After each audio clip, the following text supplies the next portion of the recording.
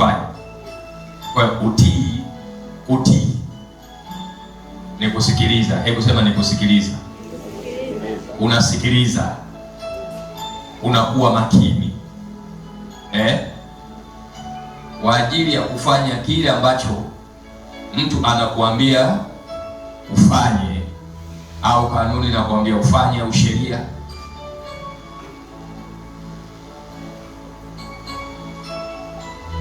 Ni lazima ufanye.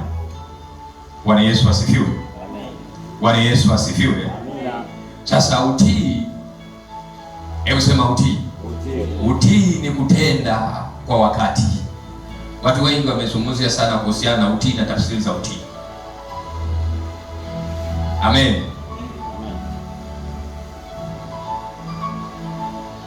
Kila mmoja anajaribu kuzungumzia utii kwa namna ambavyo anaweza akafahamu. Na leo Mungu akupe sikio la kusikia. Bwana Yesu asifiwe. Haleluya. Utii ni kutenda kwa wakati. Hebu sema kwa wakati. Hebu sema kwa wakati. Rudia tena. Utii ni kutenda kwa wakati. Utii ni kutenda kwa wakati. Pigia mstari hilo neno, kutenda kwa wakati. Hilo lazima ufahamu.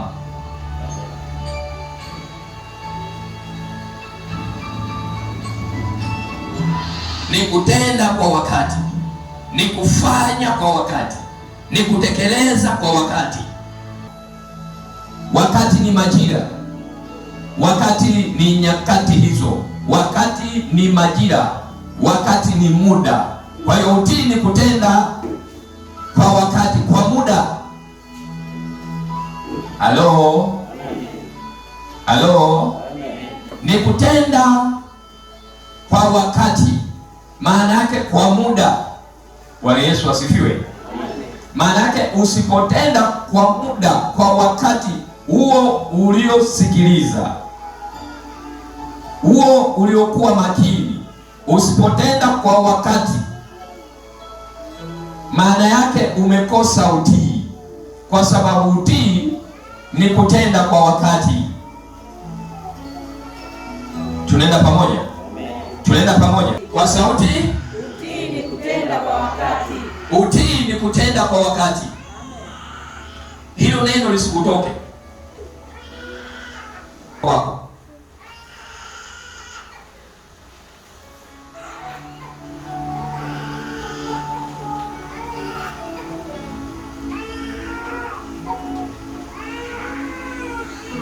Utii ni ufunguo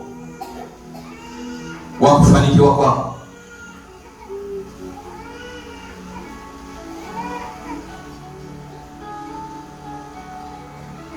Halo? Ndani ya utii, ndani ya utii, halo, tunapata matajiri na tunapata masikini. Tunaona wagonjwa na tunaona wanaokuwa wazima. Tunaona wanaofanikiwa na tunaona wanaofeli. Utii ni kutenda kwa wakati. Umesikia nini? Maana utii ni kutii ni kusikiliza. Umesikia? Baada ya kusikia, nini ufanye? Utende. Kwa nini? Kwa wakati. Umesikia, umesikiliza, umekuwa makini, umesikiliza. Baada ya kusikiliza, kwa wakati, huo ndio nini? Ndio utii. Utii ni kutenda kwa wakati. Umesikiliza kwa makini. Baada ya kusikiliza, ni ili kuonyesha utii, lazima utende kwa wakati. Haleluya. Haleluya. Lazima ufanye kwa wakati. Nimekwambia wakati ni nini? Ni muda. Lazima ufanye kwa wakati. Bwana Yesu asifiwe. Bwana Yesu asifiwe. Bwana Yesu asifiwe. Bwana Yesu asifiwe. Maana hilo uliolisikiliza kwa makini sio la wiki mbili,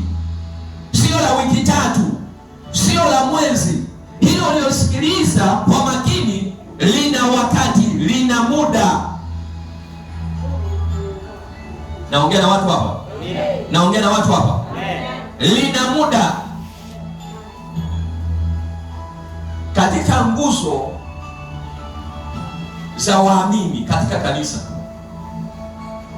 utii ni moja ya nguzo ya kanisa. Umefundishwa neno la Mungu ndio nguzo ya kanisa. Tunaenda pamoja? Umefundishwa utakatifu ni nguzo ya kanisa.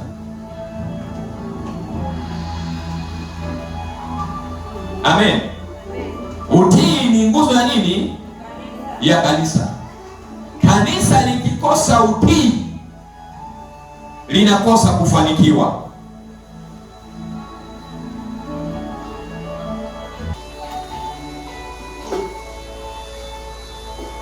Kwa hiyo utii, hebu sema utii. Ngoja niongee na watu. Yesu alikuwa anaongea. Ndio wewe.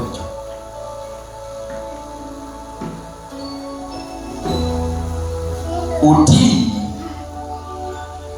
ni kutenda kwa wakati. Utii ni kutenda kwa wakati. Wakati ni muda. Hivi inavyokuwa saa 2 asubuhi, inaendelea kuwa saa 2 asubuhi. Inavyokuwa saa 5 asubuhi, inaendelea kuwa saa 5 asubuhi. Kwa hiyo muda unasogea, si ndio? Muda unasogea, muda unakwenda. Amen. Usipotenda kwa muda, muda unafanya nini? Unakwenda. Usipotenda kwa muda, muda maana yake unafanyaje? Unakwenda.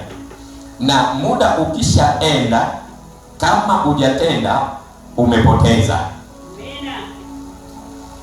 Narudia, muda ukishaenda na hujatenda, umepoteza.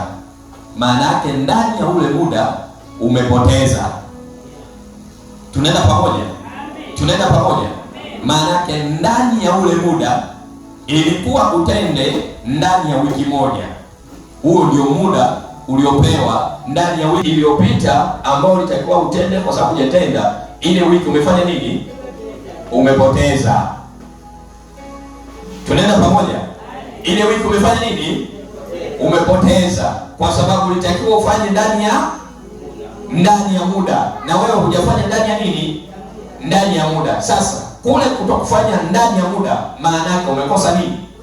Umekosa utii.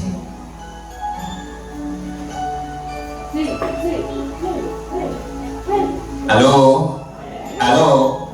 Sasa utii ni ufunguo.